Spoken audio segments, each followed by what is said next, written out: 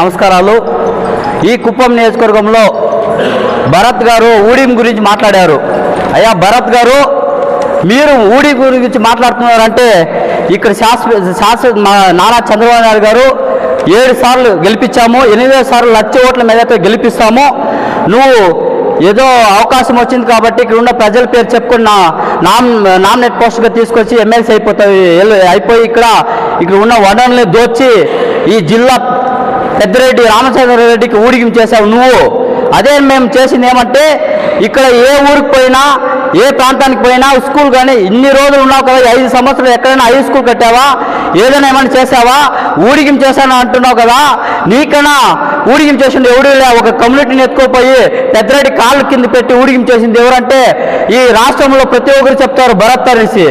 నీకు దమ్ము ధైర్యం ఉంటే గంగమ్మ గుడి దగ్గర ఒట్టేసి చెప్పావు కదా, గంగమ్మ గుడి దగ్గర మేము అడుగుతున్నాము, నీకు దమ్ము ధైర్యం ఉంటే నీ అఫీషియల్ అకౌంట్లో వీడియో పెట్టావు కదా, ఆ వీడియో తిరిగా గంగమ్మ గుడి దగ్గర ఒట్టేసి చెప్పు, ఈ వీడియో కుప్పంది కాదు అనేసి. నీకు దమ్ము ధైర్యం ఉంటే మళ్ళీ మీకు సవాల్ ఇస్తూ ఉన్నాం వైఎస్ఆర్ పార్టీ వాళ్ళందరికీ. భయపడేవాడంతా ఇక్కడ ఎవడూ లేదు. ఇదిగా ఒక కథ ఉంది, పులిని చూసి నక్క వాతలు పెట్టుకున్నట్ల. నీకు ఎందుకని అంత కరుపుమంట?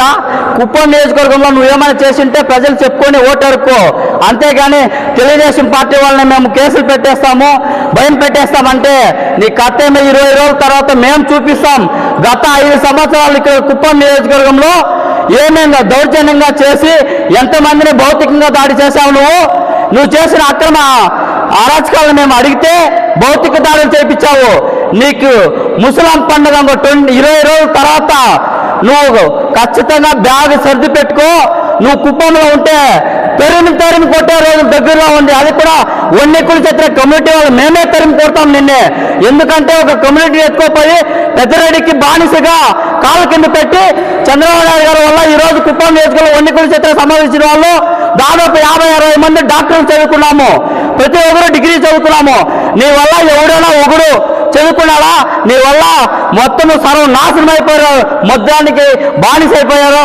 నీ వల్ల ఏమైనా అవుతే దమ్ముంటే నా పేరు మురళి, నేను ఇప్పుడు చెప్తున్నా, నీకు ఏదైనా మంచి పని కమ్యూనిటీకి నేను చేసినానని దమ్ముంటే నువ్వు నాకు చెప్పాలని నేను ఒప్పుకుంటాను. నీకు దమ్ముంటే చెప్పు, చూస్తాం.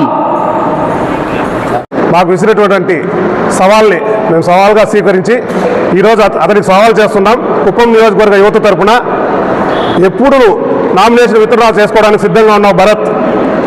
ఎందుకు అడుగుతున్నామంటే, నిన్నటి రోజు మా కుప్పం నియోజకవర్గ ఆరాధ్య దైవమైనటువంటి తిరుపతి గంగమ్మ గుడి ఎదురుగా నిలబడి గంగమ్మ తల్లి మీద ఒట్టేసి చెప్పావు, కుప్పం నియోజకవర్గానికి నేను పక్క నియోజకవర్గం నుంచి కానీ పక్క రాష్ట్రాల నుంచి కానీ ఒక్క వ్యక్తిని తీసుకొచ్చినట్టు నిరూపించినా నేను విత్డ్రా చేసుకోవడానికి సిద్ధంగా ఉన్నానని ప్రజానికం ముందు ఆ గంగమ్మ తల్లి సాక్షిగా చెప్పినావు. కాబట్టి మేము ఈరోజు సవాల్ చేస్తున్నాం.